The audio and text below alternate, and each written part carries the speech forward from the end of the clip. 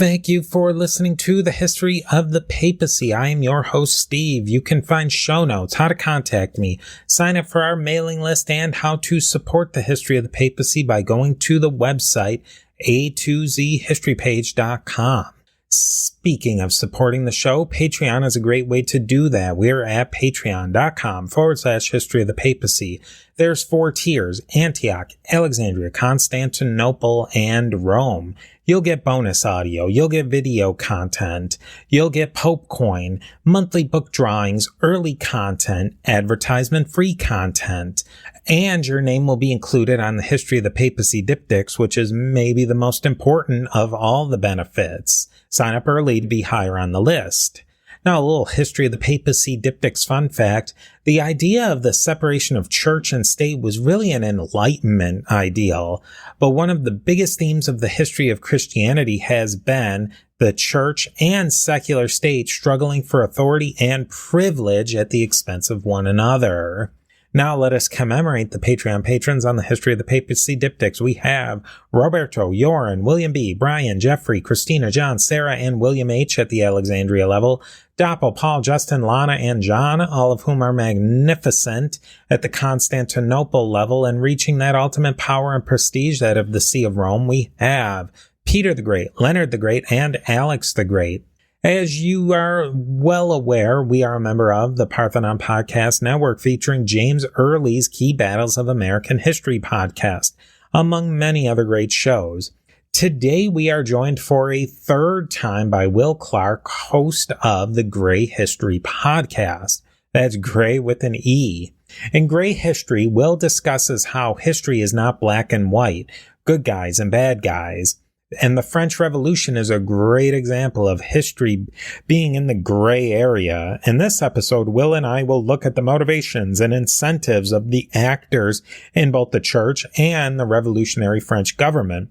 We'll try to find out why they made the decisions they did and how they reacted to the massive societal upheaval, the inflation, and all the other things that were going on from this really monumental event. With that, here's the next piece of the mosaic of the history of the popes of Rome and Christian Church.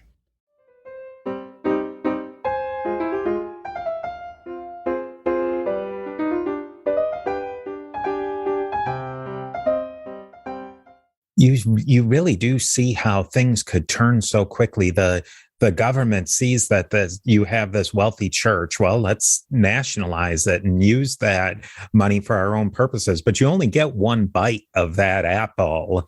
And once you burn through that, then you've got to move on to the next thing.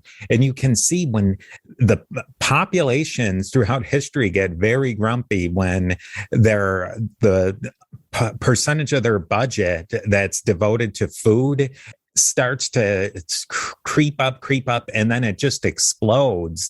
That's when you really see things start to fall apart. I mean, that's inflation.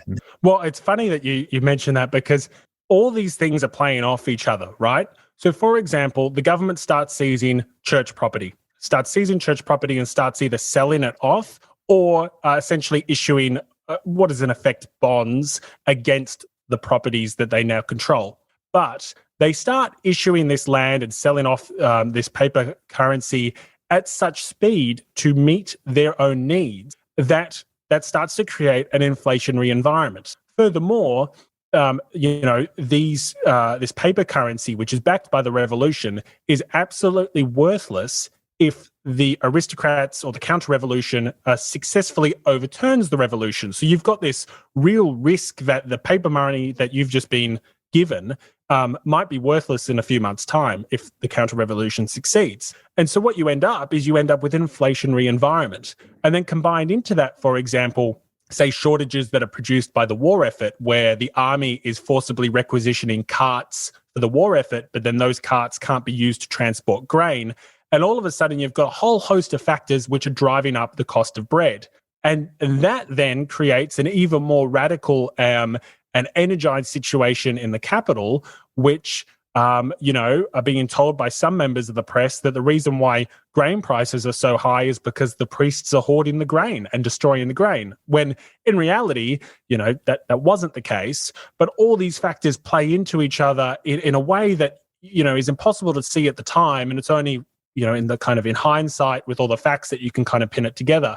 And inflation, was a hot button issue in the French Revolution. And it's nice to see, at the moment, inflation, I think, is on everybody's lips. Having spent the last 2.5 years subtly putting inflation jokes in the podcast, it's nice that, everyone wants to talk about it. Yeah, you're right. You were ahead of the curve on that. Now, I think it's interesting, too, that once this inflation kicks in, and it's something that governments, maybe we're getting a little controversial with economics, but I think history bears this out, is once inflation gets kicked off, it's easy to get started, but it's very difficult to get under control. Oh, absolutely. And I mean, you see that within the French Revolution itself, the paper currency that the government introduced essentially, it does not hold its worth, and it wildly fluctuates and creates all sorts of hardship. I mean, more broadly, inflation, it's a beast that is best tamed. And I mean, it will be fascinating to see, how things play out. I mean, it's not something, I'm from one of the younger generations. So inflation is not something that my generation has seen before. So, I'm obviously, from the perspective of me that wants to pay my bills, I want it to go away as soon as possible. From the inner historian part of me, I'm kind of curious as to just how this will work in the monetary environment that we have at the moment. And my background's actually finance, and I'm kind of fascinated to see, how central bank action's going to change. But we're well and truly veering off the French Revolution at this point.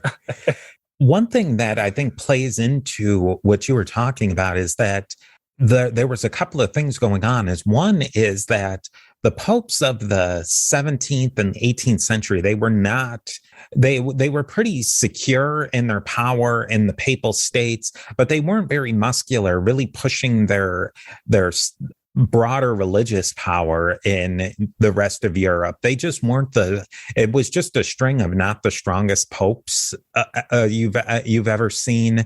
And that's what really gets us into the French Revolution, is that you don't have popes with popes like Pius the Sixth. He just doesn't have much backbone to push back against what was going on in revolutionary France. But there are some other churchmen, theologians, who are really putting forward this idea of an ultramontane church, ultramontane meaning the other side of the mountains, being that the religious focus should be all in Rome.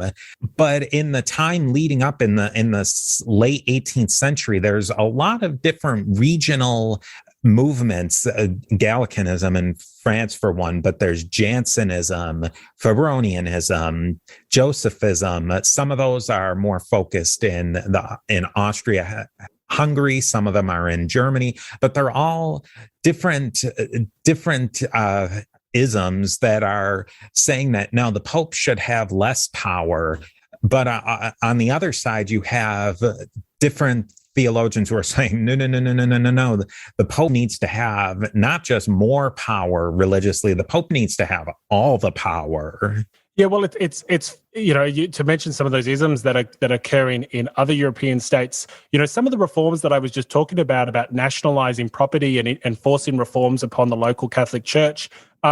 The Austrians were actually doing something quite similar to that immediately prior to the French Revolution, with Joseph II, and I mean his predecessor and his brother Leopold II will be in charge when the revolution really starts to kick off. And so Leopold, who's generally referred to as one of the more enlightened monarchs of Europe, he's actually one of the first people to abolish the death penalty. That's one of his claims to fame. He is looking over at what the French are up to, and there's got to be part of him that's actually sympathetic to what they're trying to do. And so, to your point, the papacy was in this really odd position where it's not like it has an army that it can call upon. It's really, though it has temporal authority in the papal states, realistically, it's a religious authority that it has to call upon. But it's got no choice but to really fight the reforms of the church, because they threaten the Pope's authority and power to such a great degree. I mean, for the French to essentially say that no members of the French church can appeal to the Pope for him to adjudicate on particular issues, you're essentially relegating the Pope to, just this guy that sits down in Rome and maybe occasionally comes up and gives a great ceremony at Easter. And so the papacy was really given no choice but to, if it was to protect its own interest, was really given no choice but to fight these reforms. And of course, members of the aristocracy, including the members of the royal family and brothers of the king, were more than happy to try to use the Pope to legitimize their efforts to overturn the revolution. But maybe that's something that you can expand upon further, about how the revolution kind of kicked off, a series of events that kind of, further relegated the Pope just to someone who had, spiritual authority, but realistically, couldn't command the kind of temporal authority that maybe, popes of a few hundred years prior could. Steve here with a quick word from our sponsors. Yeah, I think that this is a really good time to introduce Pius VI. He is, kind of the standard Pope of the time, not super interested in really pushing any of the agenda of the papacy. He's pretty happy as the secular leader of the papal states. But the big thing is that when the French Revolution gets going, they went into Italy and actually toppled the papal states, and Napoleon institutes and starts this Roman Republic. Napoleon arrested the Pope and brought him back to France, and it absolutely humiliates Pius. Pius actually died in France, and they put him in the register of his birth name, not Pius. It was his last name was Broski, and they just put in the register Broski, and his job was listed as pontiff or pope. That really could have been the end of the papacy right there. But the only thing that the papacy had going for it really was that it was this transnational organization, and they were able to set up another conclave under Austrian auspices that were able to get another pope elected. But we look at this time period, just to get my dates, it's 1799, that the papacy could have ended right there, but it was able to get onto life support. And it's really a papacy on life support for a while that keeps things going. And it's not until the later, the earlier part of the 19th century that the Pope's able to gain some traction and start fighting back against this secularizing. They'll try as hard as they might to keep the secular authority of the papacy.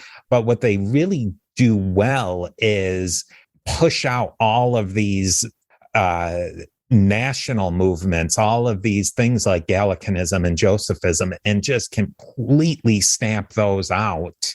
And that's the ultimate ascendancy, is that you have a papacy that's almost dead in 1799 to a papacy about 70 years later that is in complete control of the entire Catholic Church. It's absolutely supreme.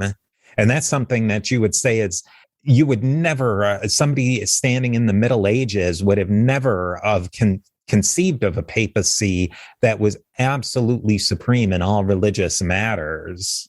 It's fascinating. And at that point in time, this is, the years, 5-10 years either side of the dates that you're talking.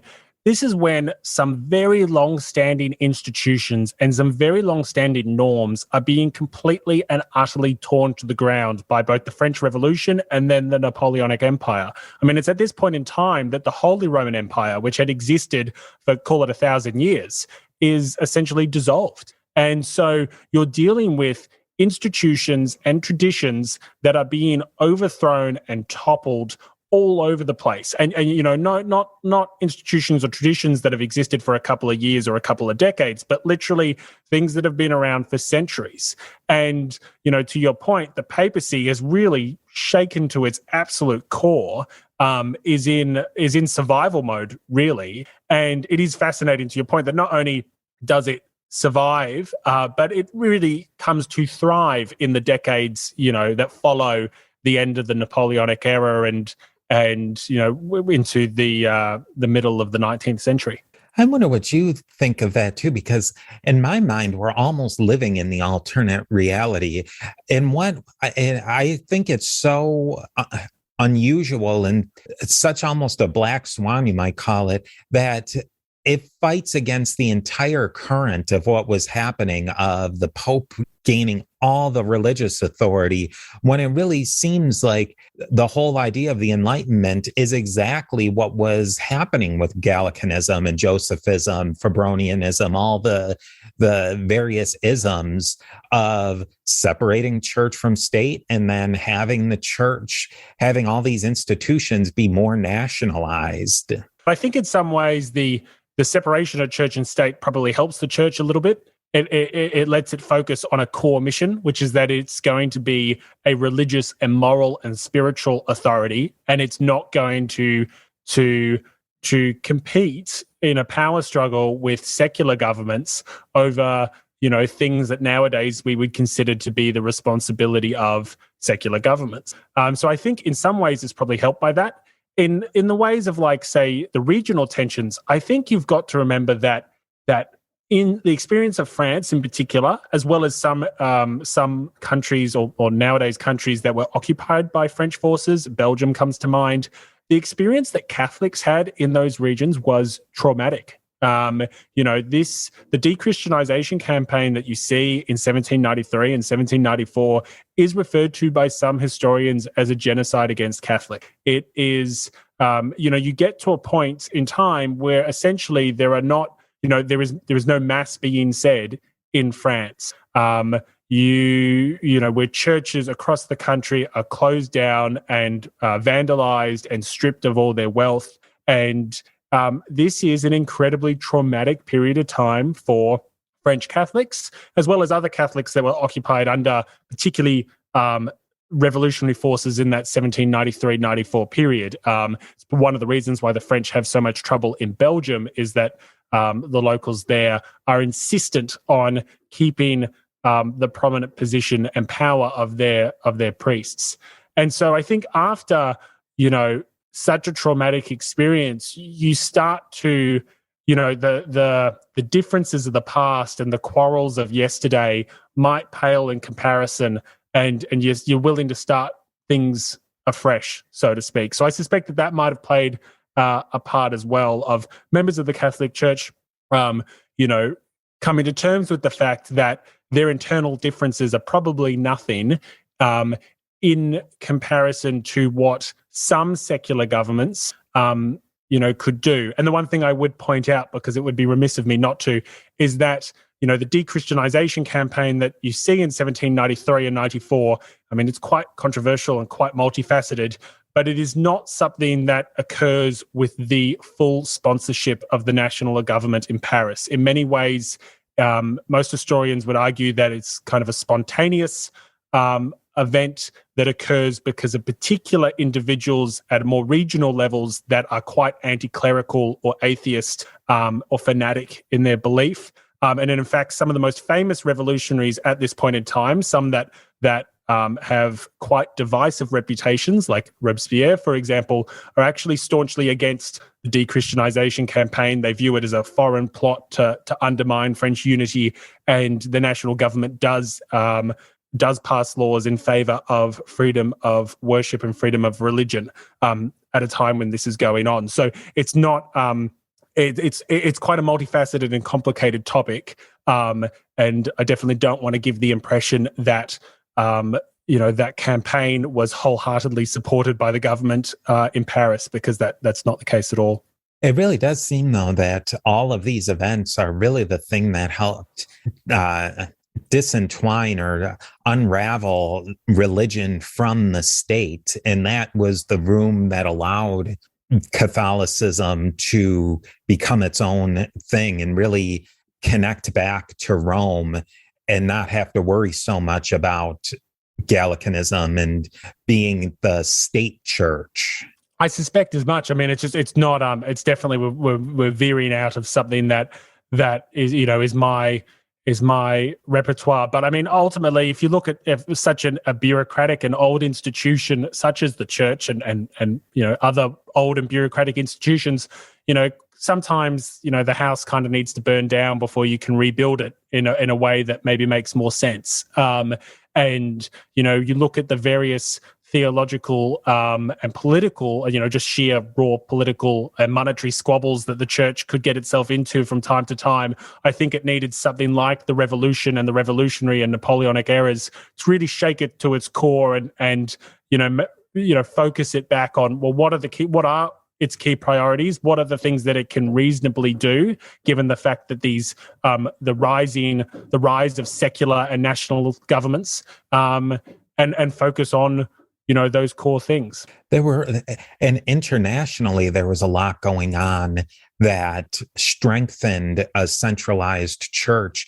The Catholicism becoming more prominent in England, with both within the Anglo, the Episcopalians who are the Anglicans, who were becoming more Catholic, and some of them even becoming Catholic, with Irish coming into both the United States and Britain, England more so, and giving more of a Catholic flavor to what was going on in Great Britain at the time in these traditionally Protestant countries. And then Catholicism being separated from the state in a lot of other places, like even places that were as rock hard and rock ribbed Catholic as Portugal and Spain and Austria.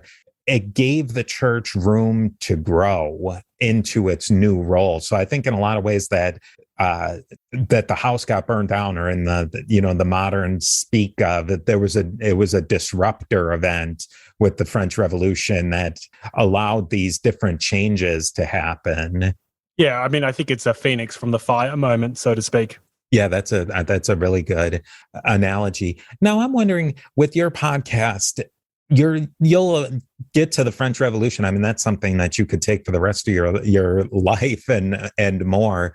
But your show is gray history. Are you going to maybe go into some other areas where there's gray in the history, or are you going to maybe carry into France is not done with revolutions by a long shot? Yeah, I mean, I'm only just kind of hitting the First Republic, and the France is on its Fifth Republic at the moment. No, for those that aren't familiar with the show's called Grey History, grey like the color, and the premise of the show is that history isn't black and white.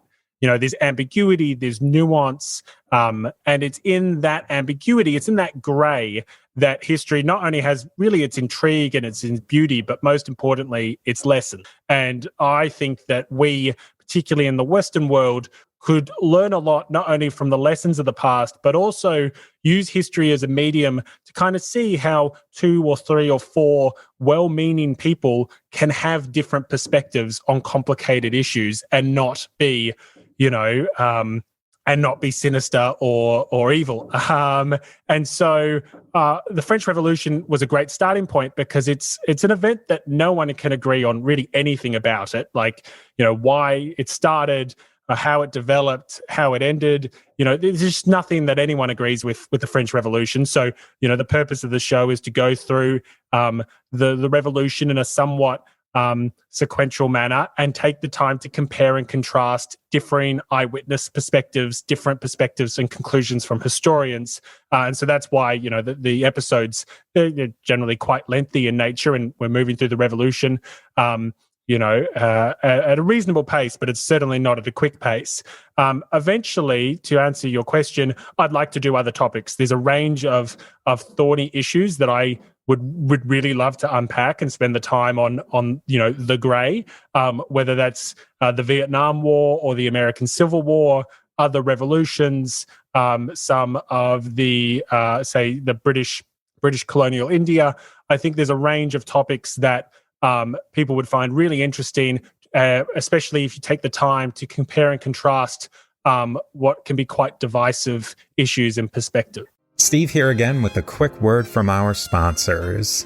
Yeah, I think that you really get to a great point there in the West, is that there's so much good guys and bad guys, the black hats and the white hats.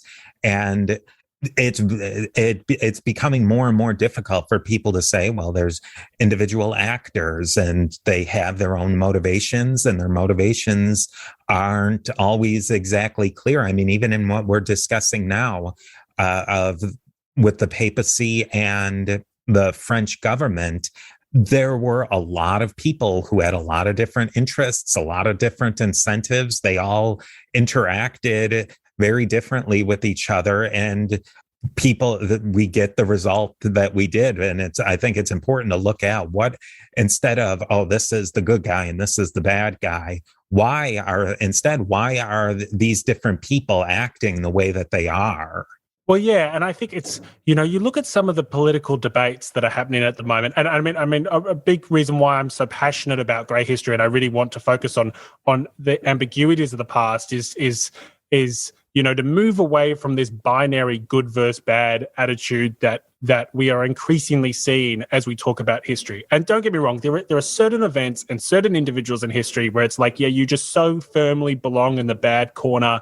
It's not funny. And I'm sure there's obvious examples that come to mind that fit that.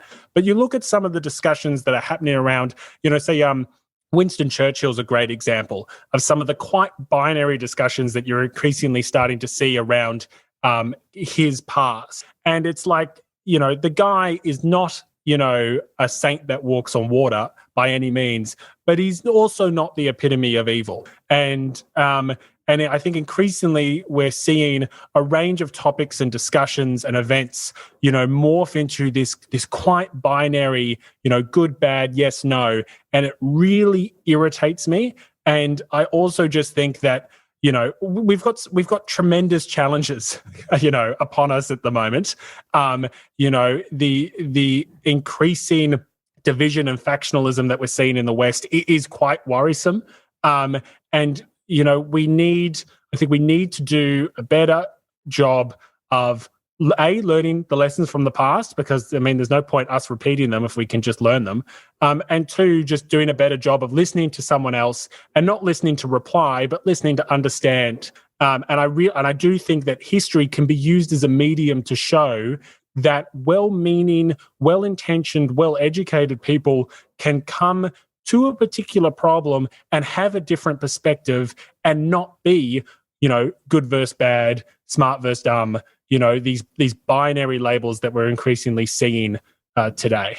Even what we're talking about with this whole time period, you take someone like Pius IX, who under his papacy, to give the end in the beginning, the secular power of the papacy is going to be 100% gone by the end of his papal reign. But on the opposite side, the religious power of the papacy is going to be supreme. And there's a lot you can say that Pius was really bad guy, and there's a lot to say that he was a decent guy. But that's really not the best way to understand him, or really, I think, any person. I think you have to try and understand, why are they doing things? They're not necessarily doing things to just be, 100 years from now, they're going to put me under the good guy column in the history book. They have a ton of different reasons why they do things and why they don't do things. And that's what we should really try to understand, because if we understand why somebody's doing something, maybe we can have a better understanding of them. And in the modern or in our day-to-day life context, you can come to maybe some more reasonable accommodations with people.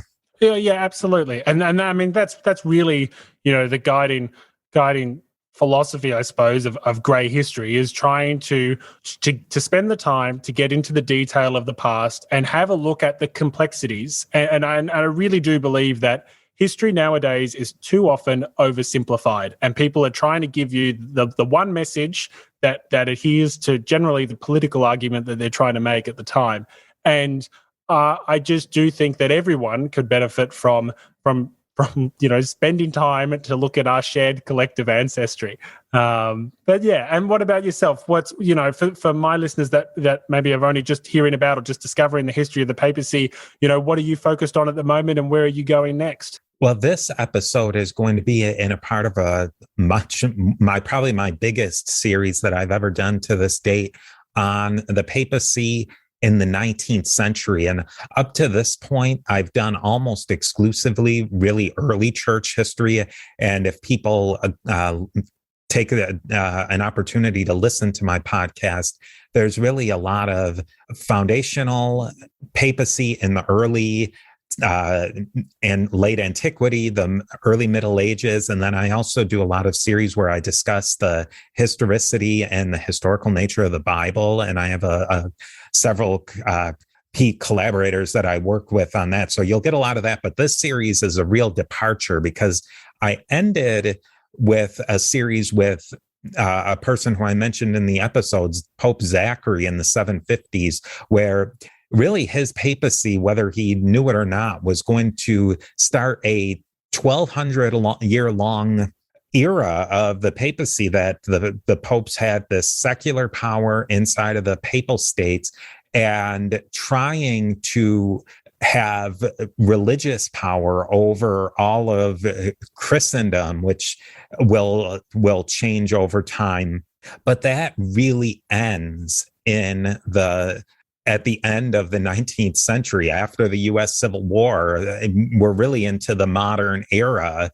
And the papacy is really, in that 1,200 years, is really, that's a one section of the papacy, is that 1,200 years of where they're really trying to struggle being secular power and a religious power. And that's what I really want to explore in this series, is what happened with that. So I'm branching into more modern history, which is definitely not something that I've done a lot with, but I'm really fascinated by it now, this real change in an organization that, I mean, how many organizations in history are there that have a continuity of nearly 2,000 years? Yeah, not many. No. No, it's a fascinating topic. I think church, it's I've spent a little bit of time getting into early church history recently, and it's just so fascinating. And I don't know. I mean, everyone has their own interest, but I quite like the theological debates that you get as well at various times. And I admit that there's a point in time where it becomes too theological, and it's like, okay, you've lost me. Mm-hmm. But when I'm kind of exploring these topics and the like, I just find it fascinating. And then to your point, how the church evolves over time. The split between the Catholic Church and what we would consider now the Orthodox Church in more Eastern Europe. Then again, we studied at high school the Reformation, and so I've always found that particularly interesting as well. And the history of the church, there's just particularly because it insists upon putting itself into such secular discussions and this thing like the Crusades and the like. It's just so fascinating. And then if you want to understand the dynamics at play in modern day Europe, if you really want to understand the Cold War, the modern EU, World War II, then you actually need to come back really to the French Revolution and the early 1800s and the kind of rise of nationalism and the role that, the reforms and the role that the church is going through at that point in time are fascinating. So I can see why you're enjoying that period of time. I want to say I had a great time, and I definitely hope we can do this again. Maybe the listeners out there might suggest a one-off where we look at the gray in maybe one event or something. I think we can lock it in, and we'll just have to figure out what the topic is. But this is, I think Steve and I are officially requesting idea suggestions, but let's put it in the calendar.